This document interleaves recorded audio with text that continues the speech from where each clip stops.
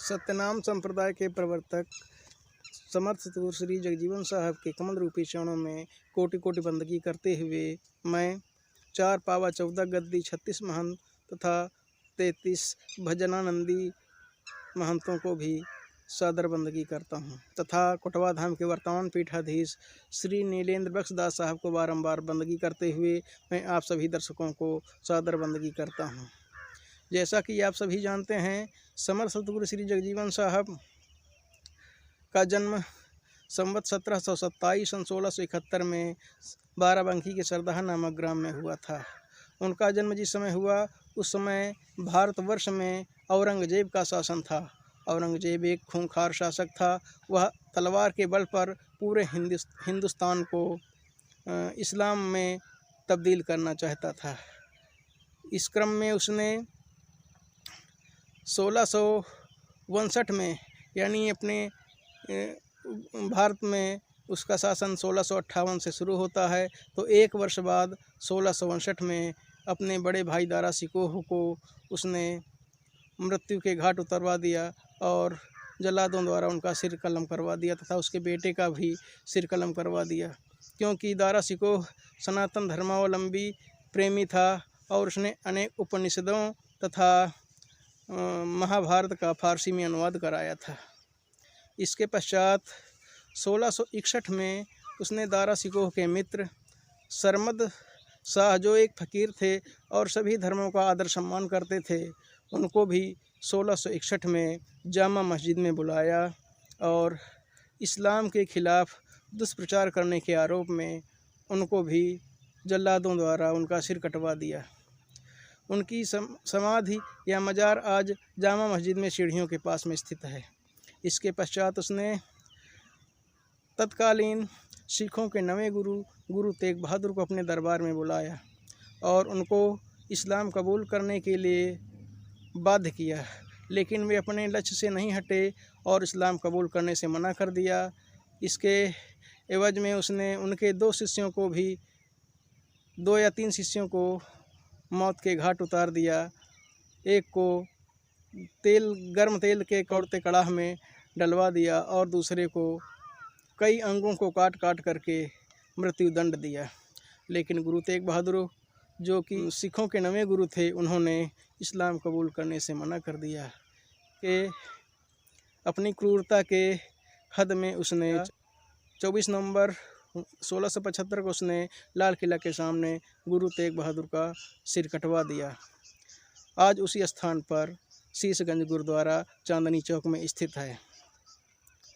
जब समर्थ सतगुरु श्री जगजीवन साहब 7 साल के थे तो उन्होंने देखा कि उनके दरवाजे पर बहुत से लोग इकट्ठा हो रहे हैं, तो उन्होंने अपने पिता से पूछा कि ये सब लोग क्यों इकट्ठा हो रहे हैं, क्या करने आए हैं। तो समर्थ सतगुरु श्री जगजीवन साहब के पिता श्री गंगाराम साहब ने कहा, ये सब लोग हमारे दरवाजे पर लगान देने आए हैं।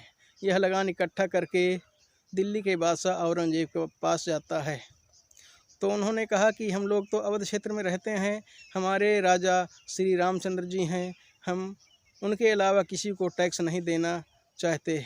अतः उन्होंने सभी गांव वालों से कहा कि आप लोग वापस चले जाइए, आज से टैक्स या लगान नहीं देना होगा, क्योंकि हम लोग भगवान राम के क्षेत्र में रहते हैं, वे ही हमारे राजा हैं।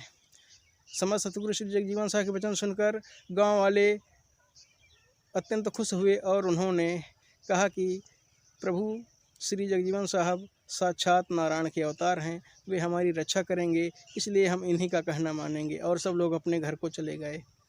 उनकी इस बात को सुनकर रामनगर के राजा सूरत सिंह ने सोचा कि अब हम टैक्स कैसे जमा करेंगे, क्योंकि पहले टैक्स रामनगर राजा के पास जाता था, फिर जो है दिल्ली जाता था। तो उन्होंने 1 साल बाद औरंगजेब को पत्र लिखा और कहा कि सरदाहा गाँववासी लगान नहीं दे रहे हैं।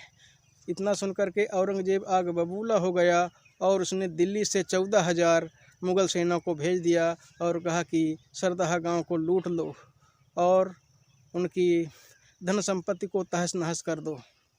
जब 14,000 सेना बाराबंकी जिला के सरदाहा ग्राम में आ गई तो गांव वालों को सूचना दी गई कि आप लोग लगान नहीं दे रहे हैं, इसलिए हम आप लोगों के धन यानी गायों को और आपकी संपत्ति को लूट लेंगे, ले जाएंगे और गायों को कत्ल करेंगे। सरदाहा ग्राम वासियों ने कहा कि हम क्षत्रिय हैं और सब लोग इकट्ठा होकर के साहब गंगाराम साहब के पास गए और कहा कि हम गायों को नहीं जाने देंगे, चाहे हमारी जान ही चली न जाए, क्यों न चली जाए।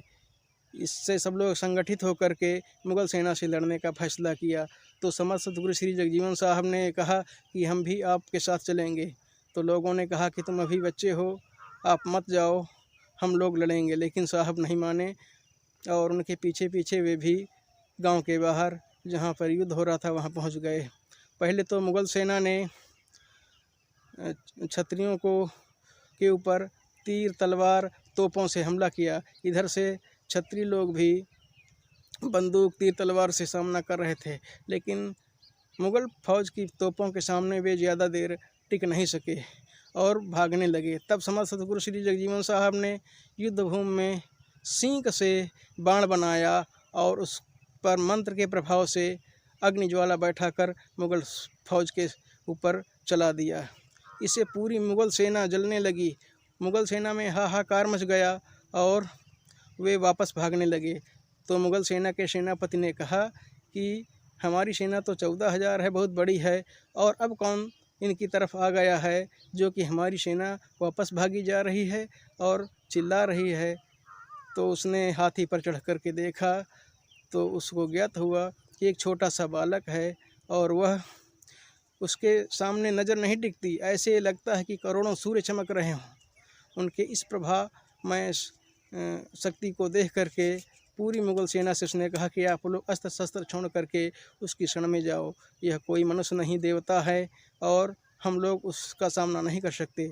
तो मुग़ल सेनापति और अन्य सभी सैनिक साहब के सामने साक्षात दंडवत प्रणाम करके बोले कि आप कौन हैं, हम आपका सामना नहीं कर सकते।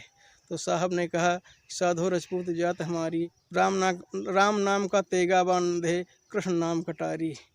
और उन्होंने कहा कि आप लोग वापस चले जाइए, सरदाहा ग्राम को आप लोग तहस नहस करने का विचार छोड़ दीजिए।